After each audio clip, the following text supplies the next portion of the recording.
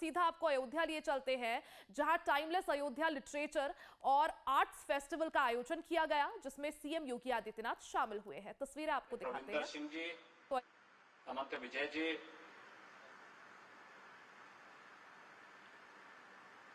पूज्य संत आचार्य मिथिलेश नंदनी शरण जी, अयोध्या के महापौर महंत गिरीशपति त्रिपाठी जी, डॉक्टर शैलेंद्र मोहन प्रताप मिश्र जी, कार्यक्रम के निदेशक मिनल हसन जी और इस कला और साहित्य के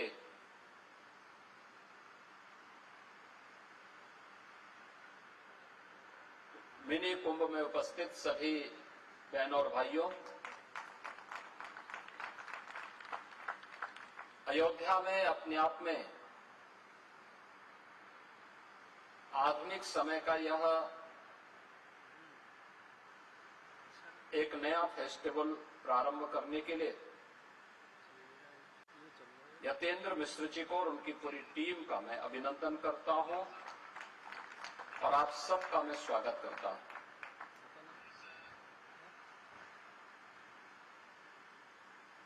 अयोध्या भारत के सनातन धर्म की एक आधार भूमि है, सप्तपुरियों में प्रथम पुरी है। सनातन काल से ही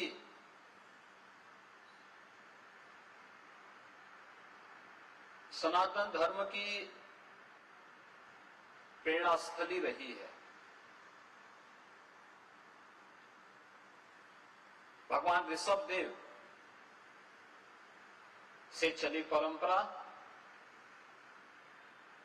जिसे भगवान मनु ने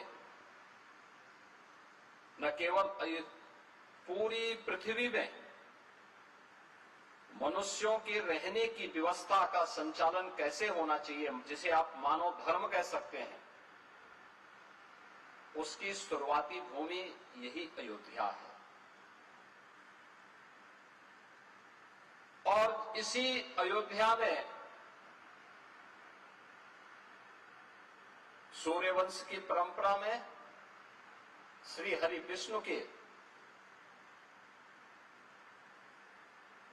एक अवतार के रूप में मानवीय मर्यादा और आदर्श के जो सर्वोत्तम स्वरूप हैं, वह है प्रभु श्री राम। प्रभु श्री राम की इस पावन धरा भूमि पर आयोजित यह सम्मेलन अपने आप में अद्भुत है। मैं इसे अद्भुत इसलिए कहूंगा कि इतने वर्षों तक अयोध्या क्यों मौन रही, जबकि यह एक सत्य है कि जिसने राम पर लिखा वह महान हुआ।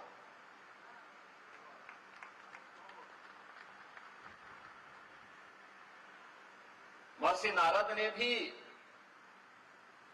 महर्षि वाल्मीकि को एक ही बात कही। जब वाल्मीकि के मुंह पर एक छंद फूट रहा था तो उन्होंने कहा, मैं किसको समर्पित करूं? तो नारद जी ने उन्हें प्रेरणा दी कि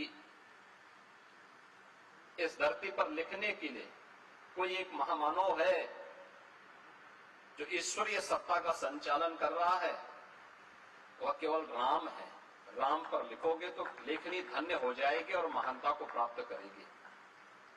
व्यावहारिक संस्कृति का दुनिया का पहला महाकाव्य रामायण बन गई और याद करिए, वह आधार भूमि बनती है साहित्य की।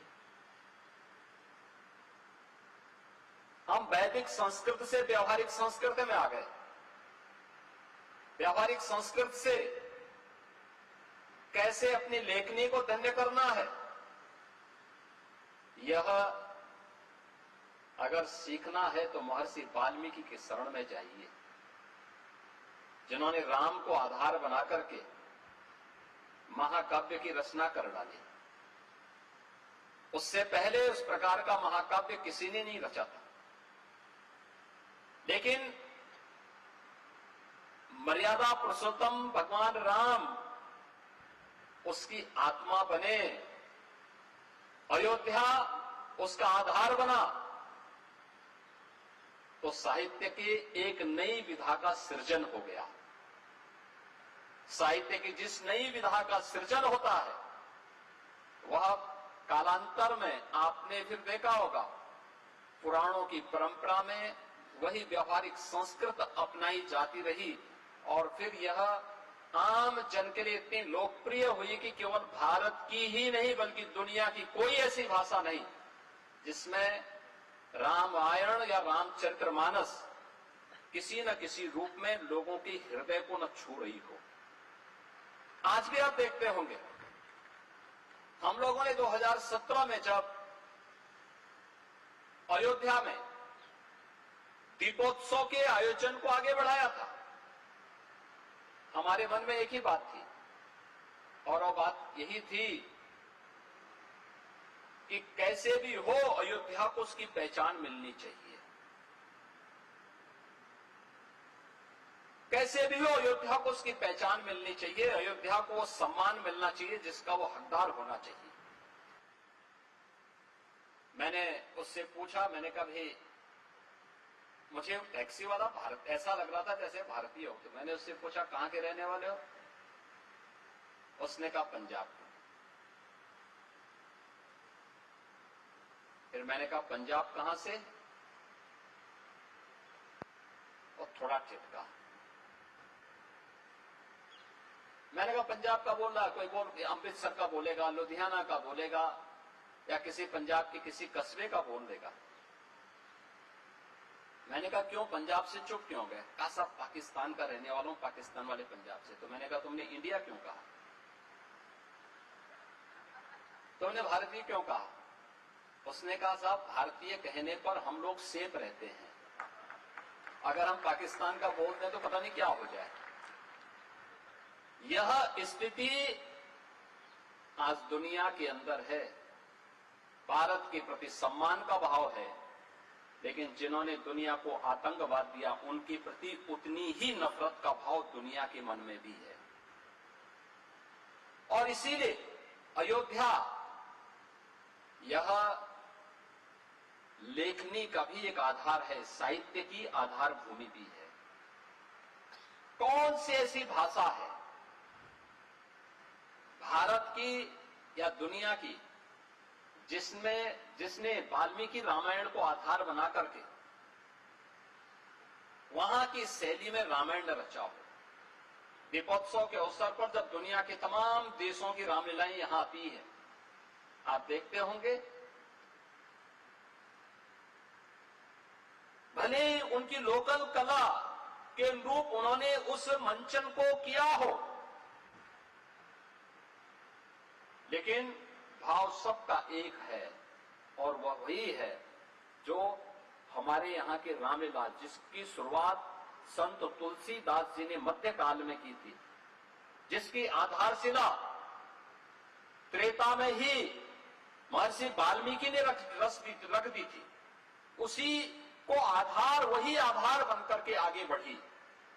और लेखनी की शैली क्या हो यह लेखक पे निर्भर करता है, लेकिन आधार क्या हो यह तो रामचरितमानस को लिखते समय तुलसीदास जी को भगवान शिव की प्रेरणा और हनुमान जी की प्रेरणा से प्राप्त हो गई थी कि लोकल भाषा में रचो, भगवान राम की भाषा में रचो, तो ये और भी ख्याति प्राप्त हो गई।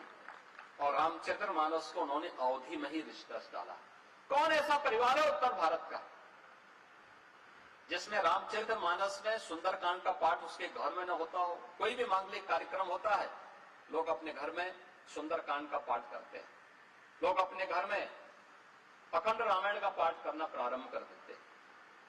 हर सनातन धर्मावलंबी इसके पीछे जाता है। और इसीलिए अयोध्या में कला और साहित्य से जुड़े हुए इस महोत्सव का शुभारंभ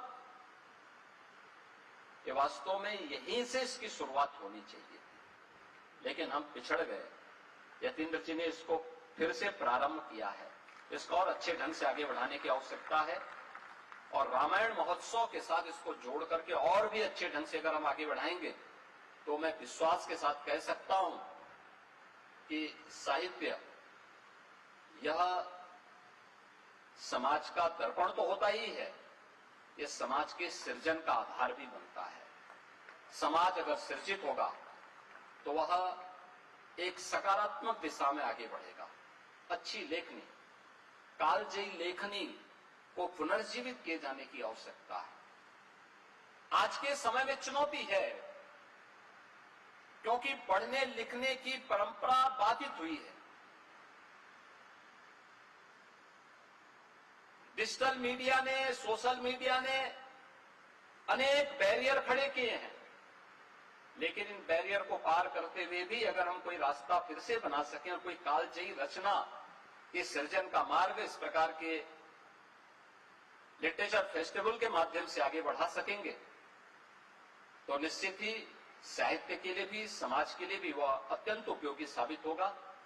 मैं एक बार फिर से अयोध्या लिट फेस्टिवल के लिए यतीन्द्र मिश्र जी को और उनकी पूरी टीम को वैसे धन्यवाद देते हुए इसके प्रति अपनी शुभकामनाएं देता हूं।